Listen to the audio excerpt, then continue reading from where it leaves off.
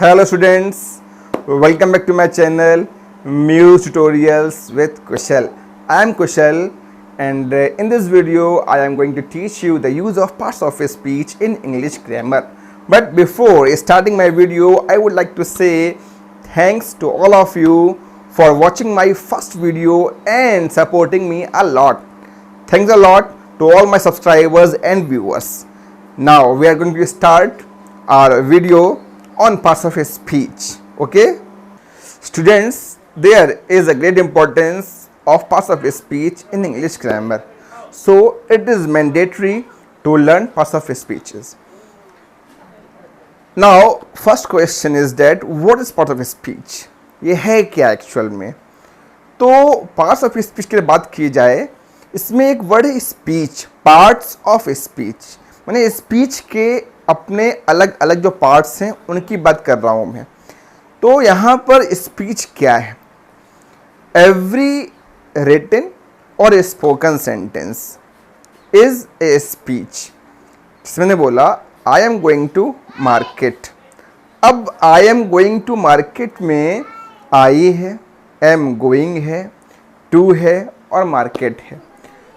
अगर यहाँ पे बात की जाए आई की तो ये है आपका प्रोनाउन. ओके, बात की जाए गोइंग की तो ये है आपका वर्ब. बात की जाए टू की तो ये है आपका प्रेपोजिशन और बात की जाए मार्केट की तो ये हो गया आपका नाउन. तो कहीं ना कहीं ये सब मिल करके मीनिंगफुल सेंटेंस और स्पीच आपके सामने रखते हैं. तो इनसे आपके एग्जाम में spotting error, multiple choice questions, fill-ups जैसे क्वेश्चंस आते रहते हैं. जो बच्चे एकेडमिक्स में हैं उनके सिलेबस में भी खूब आते हैं और जो स्टूडेंट्स प्रिपेयर कर रहे हैं कॉम्पिटिशन्स के लिए वहाँ पर भी 1 से 2 नंबर के ये क्वेश्चंस आते ही आते हैं. तो बेसिकली अगर बात की जाए पार्ट्स ऑफ स्पीच के टाइप की, तो they are 8 parts of speech in English grammar. They are noun, pronoun, verb, adjective, adverb, preposition, conjunction, interjection. Okay, so in this video I am going to teach you the use of noun, especially the use of noun. Okay, focus on this video.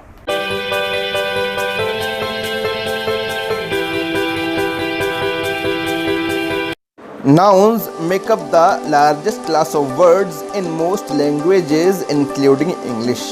A noun is a word that refers to a thing, a person, an animal, a place, a quality, and an idea.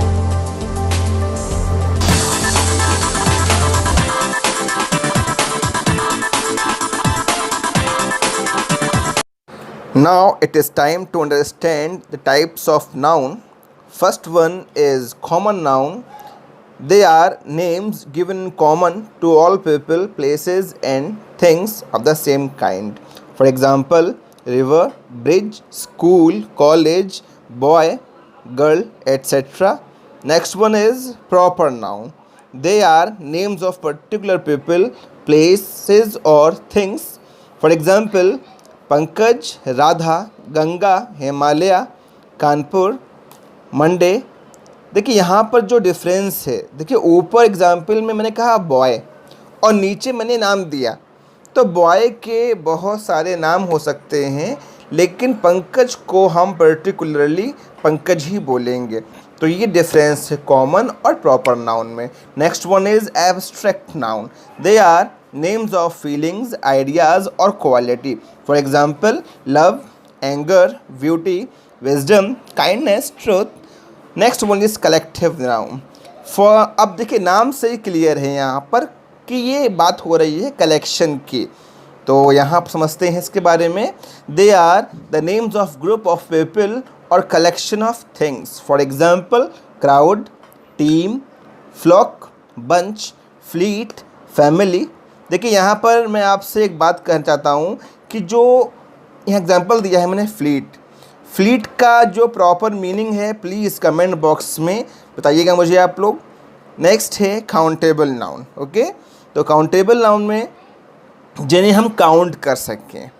देखिए यहाँ पर count करने के लिए pen है, chair है, house है, tree है, बॉय है, गर्ल है, कुछ भी जो हम काउंट कर सकते हो उन्हें हम बोलते हैं काउंटेबल या काउंट नाउन्स। नेक्स्ट है आपका अनकाउंटेबल और मास नाउन, जिन्हें हम काउंट ना कर सकें। Okay, milk, sugar, rice, gold, freedom, happiness, they can not be counted. Okay, तो I hope the types of noun are now clear to you all. Okay, students are always confused between subject and object। उनके मन में ये रहता है कि sentence में subject कौन है, ऑब्जेक्ट कौन है। कई बार ये बच्चे कंप्लेन करते हैं मुझसे कि सर सब्जेक्ट क्या होगा ऑब्जेक्ट, हम ये जान नहीं पाते हैं। तो आज ये कन्फ्यूज़न आपका दूर होने ही वाला है। 100% ये डाउट आपका क्लियर हो जाएगा। तो यहाँ पर आप समझिए बहुत ध्यान से। देखिए, सब्जेक्ट की बात की जाए तो सब्जेक्ट होता है आपका डूअर, और बात करें ऑब्जेक्ट की तो वो होता है रिसीवर। ओके, तो in a sentence noun acts like a subject and an object. अब जो नाउन है आपका वो काम करता है दोनों ही तरह से, डूअर भी होता है और आपका रिसीवर भी होता है। काम करता है सब्जेक्ट का भी और ऑब्जेक्ट का भी। For example, Pankaj is reading a book. In this sentence Pankaj and book both are nouns. Okay, and Pankaj is subject and book is an object. अब बात यहाँ पर कैसे हुआ ये सब, पंकज ही क्यों? तो अब बात यहाँ पर ये है कि पंकज सब्जेक्ट क्यों है और बुक ऑब्जेक्ट क्यों है। ओके, तो देखिए सबसे पहली चीज़ ये डूअर यानी काम करने वाला। यहाँ जो काम हो रहा है, काम क्या हो रहा है, बुक रीड हो रही है। क्या हो रही है, बुक रीड हो रही है। कौन रीड कर रहा है, बुक पंकज रीड कर रहा है। Okay, Pankaj is reading a book. ठीक है, तो यहाँ पर जो वर्क करने वाला है, जो कार्य करने वाला है, वो आपका सब्जेक्ट होता है। ओके, अब बात है ऑब्जेक्ट की कि भाई बुक ऑब्जेक्ट क्यों है। तो देखिए, बुक इसलिए ऑब्जेक्ट है कि काम किस चीज़ पे हो रहा है। बात यहाँ पर ये, काम किस चीज़ पे हो रहा है, क्या चीज़ पढ़ी जा रही है, बुक पढ़ी जा रही है। ओके, तो जिस चीज़ पे वर्क होता है वो आपका हो गया ऑब्जेक्ट, माने जो वर्क को रिसीव कर रहा है। यहाँ रिसीवर कौन है, बुक है। तो आई थिंक यहाँ पर ये आपके डाउट क्लियर हो चुके होंगे। ठीक है, तो समझ लीजिए, काम करने वाला आपका सब्जेक्ट होता है और जिस पर काम होता है। ठीक है, जहाँ पर वर्क इज बीइंग डन, जहाँ पर काम हो रहा है, जिस चीज़ पे काम हो रहा है वो आपका ऑब्जेक्ट होता है। ठीक है, तो अब बढ़ते हैं हम लोग सेकंड एग्जांपल के ऊपर। गुड़िया इज प्रिपेयरिंग टी।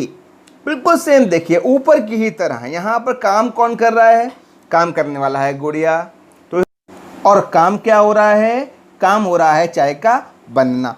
ओके, तो यहाँ पर हु इज प्रिपेयरिंग टी, गुड़िया इज प्रिपेयरिंग टी। ठीक है, तो गुड़िया हो गया सब्जेक्ट, तो काम कर रहा है वो हो गया सब्जेक्ट। और व्हाट इज बीइंग प्रिपेयर्ड, तो T is being prepared. Okay, तो क्या बन रहा है, चाय बन रही है। कौन बना रहा है, गुड़िया बना रही है। काम किस पे हो रहा है, चाय पे हो रहा है, टी पे हो रहा है। तो क्या हो गया आपका ऑब्जेक्ट, टी इज ऑब्जेक्ट है। ओके, तो आई थिंक ये दो एग्जाम्पल्स मैंने यहाँ समझाए हैं आपको, आपका डाउट आई थिंक क्लियर हो गया होगा। ओके।